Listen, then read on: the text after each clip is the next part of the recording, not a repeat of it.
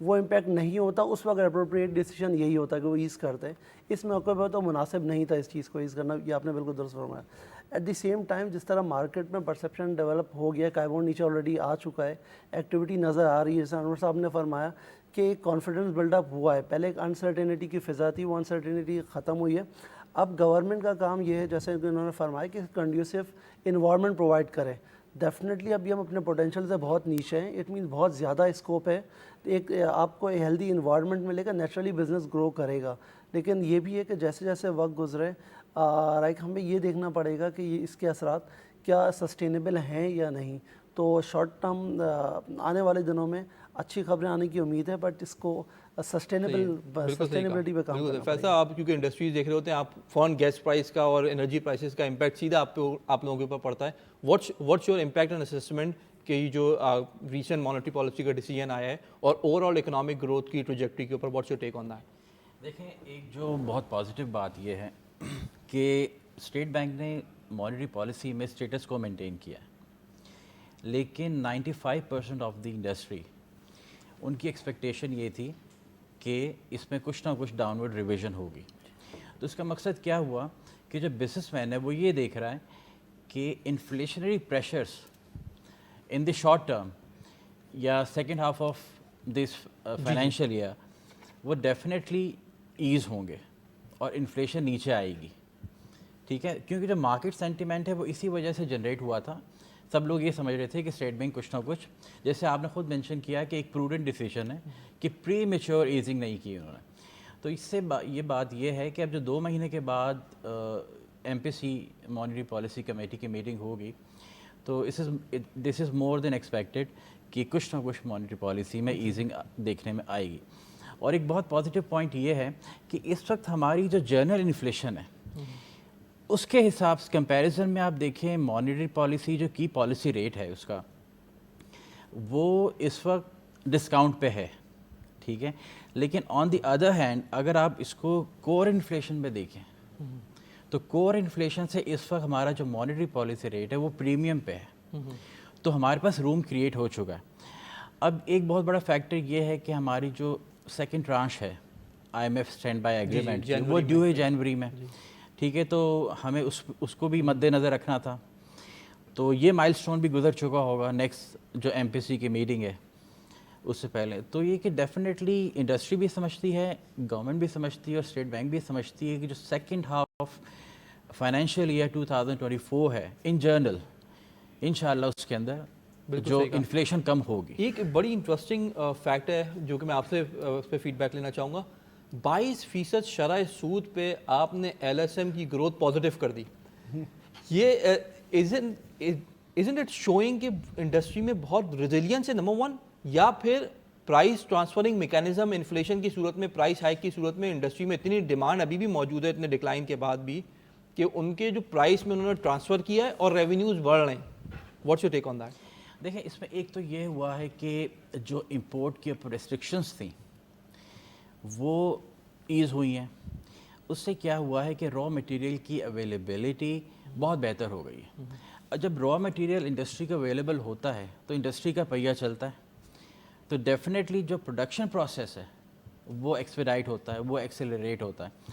تو وہ یہ جو ایکسپیکٹیشن ہے کہ اب ہمارا مطلب انڈسٹریل پروڈکشن بڑھے گی, اور انڈسٹریل جو امپورٹ ریسٹرکشنس کی وجہ سے جو ایک وشیس سرکل تھا کہ امپورٹ ریسٹرکشنس کی وجہ سے انڈسٹریل پروسیس ہیمپر ہوا تھا اور اس کی وجہ سے ایکسپورٹس کم ہو رہی تھیں.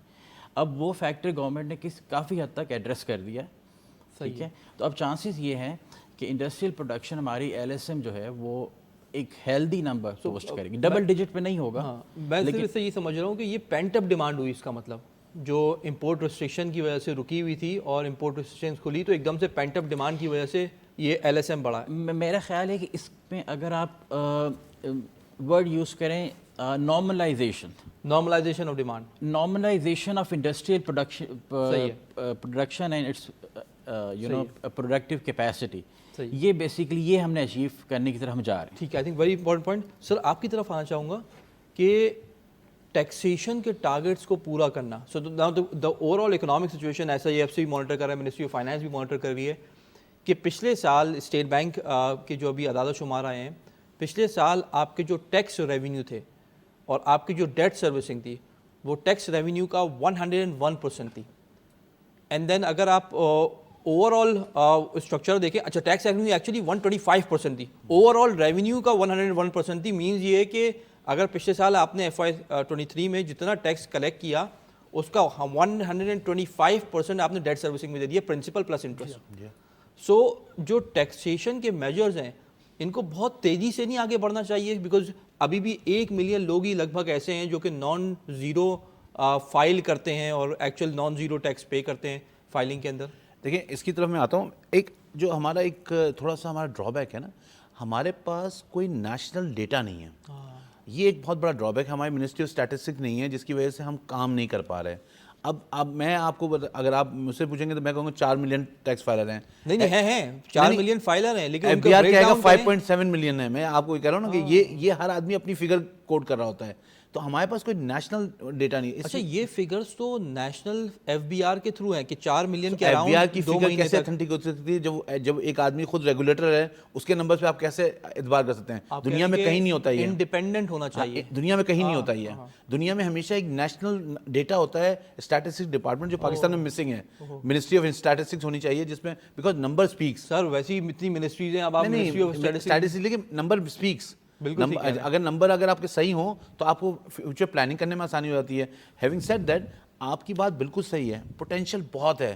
پاکستان میں امیجیٹلی 2 کروڑ فائلر ہونے چاہیے. امیجیٹلی 2 کروڑ فائنل ہونے چاہیے. امیجیٹلی آپ کو اتنی جیسے نا وار فوٹنگ پہ کام کرنا، اگر آپ نہیں کریں گے تو یہ جو آپ نے کہا نا 125 ہے، یہ اگر اس کے کیسے سروائیول ہوگا؟ میرے گھر میں پیسے آ رہے ہیں 100 روپے اور مجھے قرض دینا ہے کسی کو 125 روپے، تو میں کیا کروں گا؟ بالکل ٹھیک ہے. تو اور اس کے بعد پھر سب سے امپورٹنٹ چیز ہے کہ ہمارے پاس 60% ہماری جو پاپولیشن ہے وہ یوتھ ہے.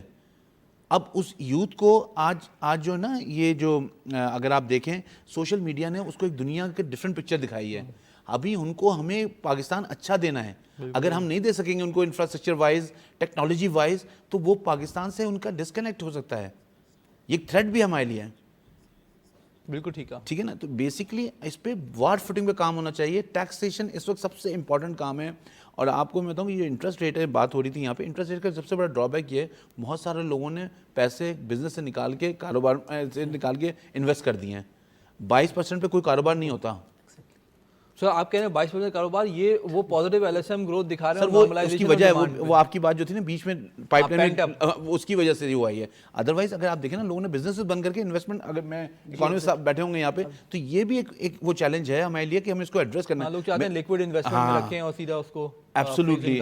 تو ٹیکس بہت بڑا چیلنج ہے، اس پہ وار فٹنگ کا میرے حساب سے 2 کروڑ ٹیکس فائلر ہونے چاہیے پاکستان میں امیڈیٹلی. اس سے کم پہ کوئی کمپرومائز ہونا نہیں چاہیے. At least 3x 4x growth کی آپ بات کریں جی. جو ابھی اس کے بغیر پاکستان کا سروائیول نہیں ہے نا. دیکھیں ہم اگر ڈیٹ پہ کام کرتے رہیں گے تو ہم سارے نمبرز جو ہے نا وہ بالکل ہی ہوا میں ہو جائیں گے. بالکل صحیح، تو بالکل صحیح. یہ بیسکلی وہ ہے کہ ڈو یو اگری؟ ہاں ان کی بات کو تھوڑا سا اور آگے بڑھاؤں گا. بالکل درست فرمائے. دیکھیں بلکہ پہلے مرزا غالب کا ایک شعر، وہ کہتے تھے کہ قرض کی پیتے تھے میں، اور پھر کہتے تھے کہ رنگ لائے گی ہماری فاقہ مستی ایک دن. ایسے نہیں ہوتا. تو ٹیکس ڈیفینیٹلی وار فوٹنگ پہ کام کرنا پڑے گا. اور جیسے ابھی فرمایا اس چیز کو اور بڑھا رہے ہیں، 22% پہ نہیں، بینک آپ کو کائبور پلس 3 پہ دیتا ہے، تو 25% پہ کوئی کاروبار نہیں ہو سکتا. ایک چیز اور، اگر آپ کراچی چیمبر کے کسی نمائندے کو بلائیں تو بتائے گا کراچی میں کچھ ٹیکسٹائل مل رہا ہے جہاں بوائلر لکڑی پہ چل رہا ہے لٹرلی. اگر آپ کسی کو بھیجیں تو گیس پرائسز میں ہونے والے اضافے نے جہاں پر ان کو کمپیٹیٹیو بنانے کے لیے سبسٹیوشن کی طرف جانے پہ مجبور کیا.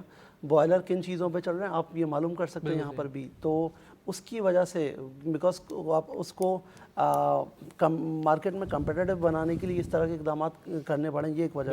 ایک کام اور ہوا، جیسے انور صاحب نے بتایا کہ لوگوں نے بینک میں پیسے رکھا ہے مختلف اسکیم میں، at the same time real estate میں بھی پیسے رکھے. اور یہ اتنا ایک ان ایون گراؤنڈ ملا کہ بہت سارے انڈسٹریلسٹ ہیں، یعنی ماضی میں کیا ہوتا تھا ان کو پروفٹ ہوتا تھا، بزنس ایکسپینڈ ہوتا تھا. آپ نے یہ بالکل ٹھیک بات کی. خاص طور پہ انویسٹمنٹ کے اوپر میرے ساتھ آن لائن موجود ہیں بیرسٹر شاہ رخ عباس گوندل صاحب، جو کہ آؤٹ آف دا کنٹری ہیں. اور خاص طور پہ ہم نے ریسنٹلی دیکھا ہے کہ ترسیلات زر میں اضافہ ہوا ہے، اور خاص طور پہ روشن ڈیجیٹل اکاؤنٹ میں آپ کی انویسٹمنٹ بڑھی ہے. سو روشن ڈیجیٹل اکاؤنٹ کے اندر جو انفلو آیا اس کے اوپر، اور اوور آل